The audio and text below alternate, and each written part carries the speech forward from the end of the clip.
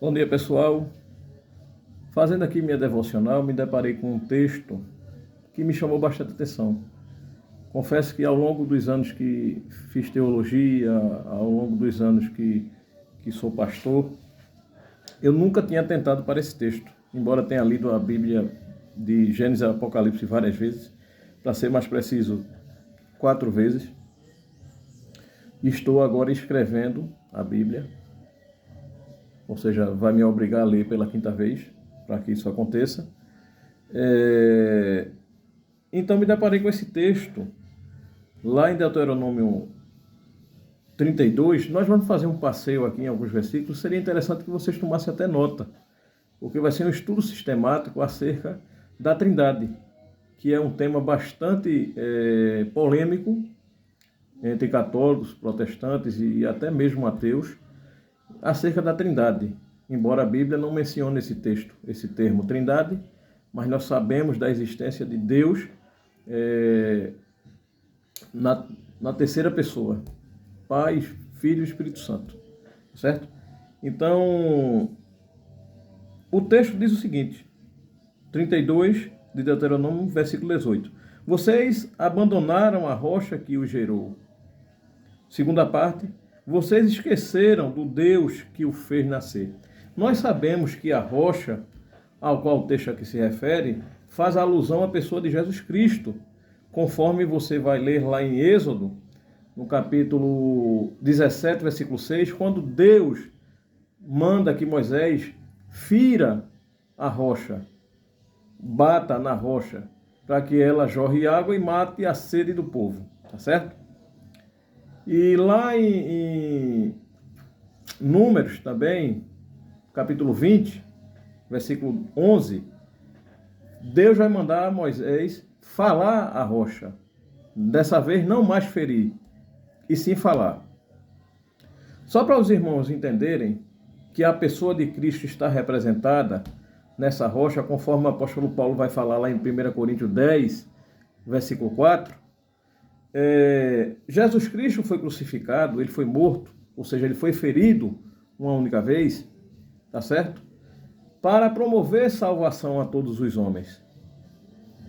Mas se você for olhar lá em Romanos capítulo 10, 9 e 10, o apóstolo Paulo vai dizer que se com tua boca confessares a Jesus Cristo como Senhor, e em teu coração tu creres que Deus o ressuscitou dos mortos, serás salvo.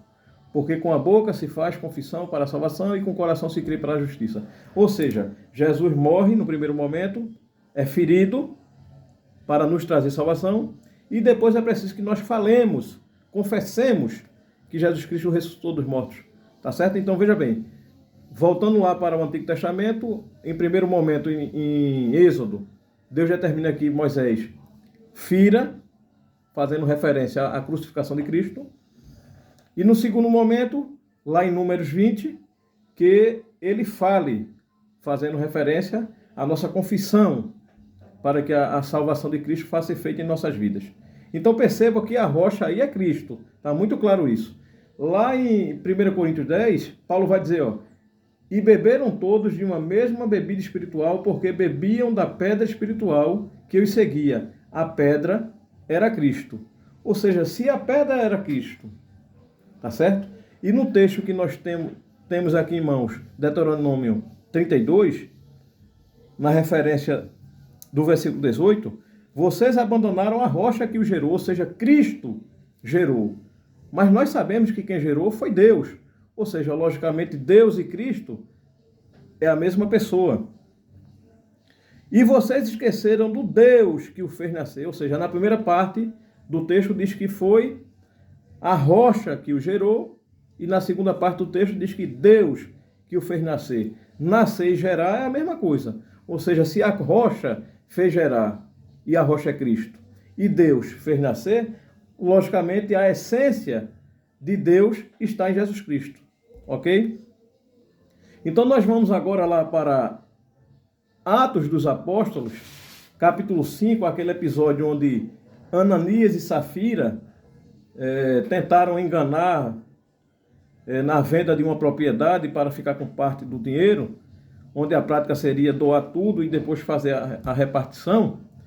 Então observe que o texto lá de Atos 5, no versículo 3, vai fazer referência ao Espírito Santo, ou seja, Ananias mentiu ao Espírito Santo.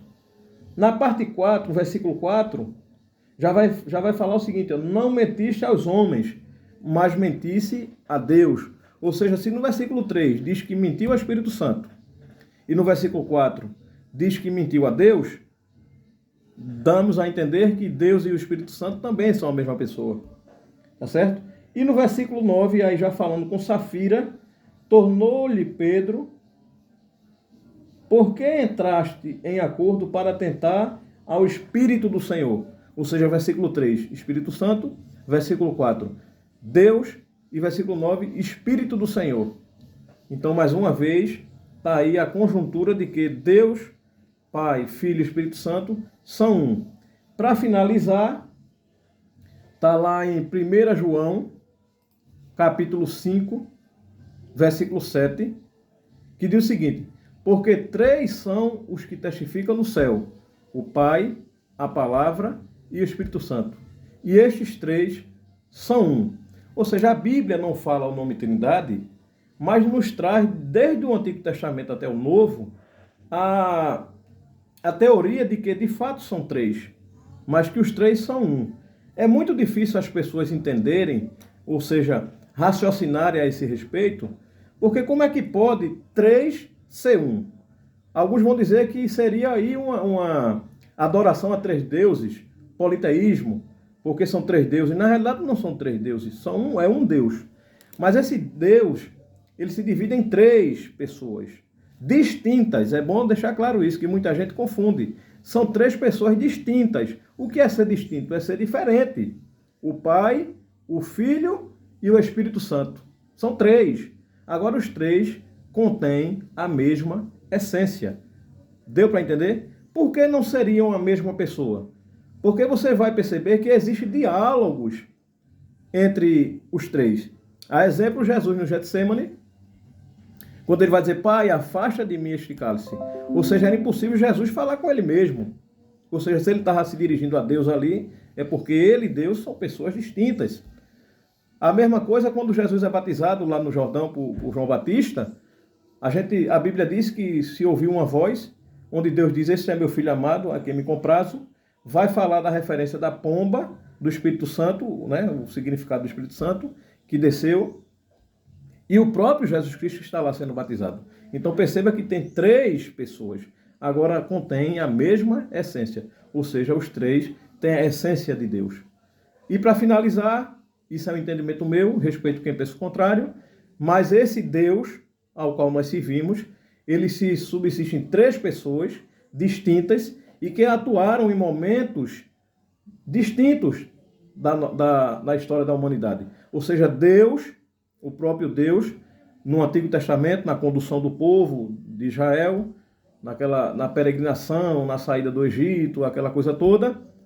Nós temos o Filho no início do Novo Testamento, ou seja, no período da graça, onde Jesus Cristo veio instaurar um novo reino aqui na terra, veio ensinar as suas palavras e trazer ao mundo salvação. E quando ele ascendeu ao céu, ele mesmo disse que quando fosse, enviaria um Consolador, para não deixar nós órfãos. Ou seja, Deus no Antigo Testamento, Jesus instaurou o período da graça e a apresentação do novo reino para aqueles que crerem nele.